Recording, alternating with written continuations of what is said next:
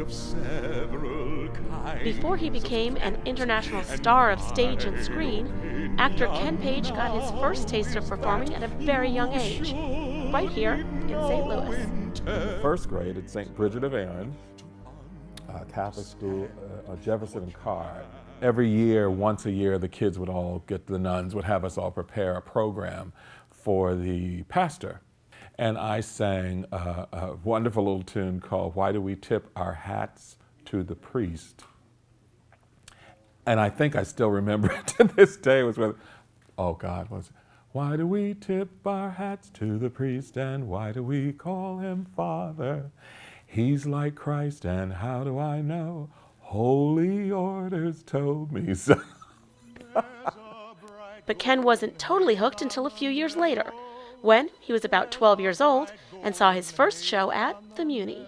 My best friend's mother brought us out, and we saw Oklahoma, which the Muny is doing this season, with Robert Horton as Curly. But I remember him riding on stage on a horse, a real horse, and thinking, that's amazing. You know, we were in the free seats, and I just remembered looking at the stage, and they had this kind of cornfield that went all back into the trees and everything. And he came on stage on a real horse singing, "Oh, what a beautiful morning." And I thought, that is what I want to do. A few years later, Ken made his own debut on the Muny stage as a member of the chorus with a small speaking role in South Pacific. And although his family was very supportive, they were also a bit concerned about his growing desire to become a professional actor. I remember once my grandmother said to me, somewhere maybe about 3 or 4 years before I left, she asked me, when was I going to stop this and do something serious? And I remember thinking to myself at the time, then I need to get really serious about this, because this is what I'm going to do, and I'm not going to stop this and get serious about something else. I'm going to get serious about this. Fortunately, she didn't have to wait too long. Just a few years later, Ken landed the role of the Cowardly Lion in The Wiz on Broadway, followed by Nicely Nicely Johnson in an all-African-American cast of guys and dolls. Then came Ain't Misbehavin, in a role written specifically for him, and he flew his grandmother out to New York to see him perform in it. I picked up at the airport in a limousine, which was just the easiest way to do it. I wasn't trying to show off necessarily, but she got in the car and she said to me, she said, "Lord, boy, I didn't think I'd be in one of these till I was going to the cemetery." And I said, well, see, you never know, right? But I think that's when she in particular understood. And at the time I was living in Central Park West, and it was all very, whatever. And I think that's when she realized, I think he's okay. Following the success of Ain't Misbehavin', Ken Page went on to star as Old Deuteronomy in the original Broadway cast and movie of Cats.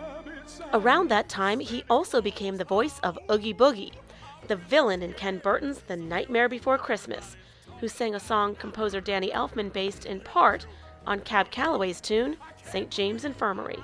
Dun, dun, ba-bum, ba-dum. I went down to St. James Infirmary. There's a slow drag kind of feeling to it. And I thought, okay, I got that. And Cab with all of his, whee, and all the high-low things and that. I thought, okay, I could do all that. So when I got there and they actually played the song for me, he wasn't kidding. It really was. Ba-bum, bum, bum, bum, ba-bum, bum, bum, bum. Well, well, well. What have we here? Santa Claus, huh? Ooh, I'm really scared. I thought, oh, okay, got it. Then in 1984, seemingly out of the blue, he got a call from his old friends at the Muny.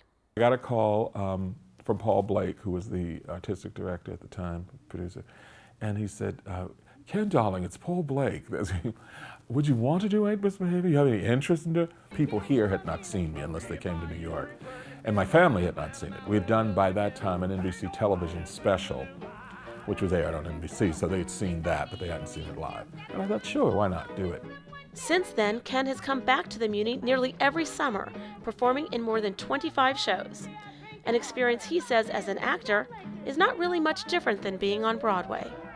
I've never thought of it as being different, The Muny is such a high caliber operation that you don't have any sense that it's less than something, if that, to address that. Broadway is Broadway, obviously, But I think the Muny is on such a high level of integrity about what they do that you don't feel a difference, and even more so of late. The quality of everything is absolutely on the same par as Broadway in many ways.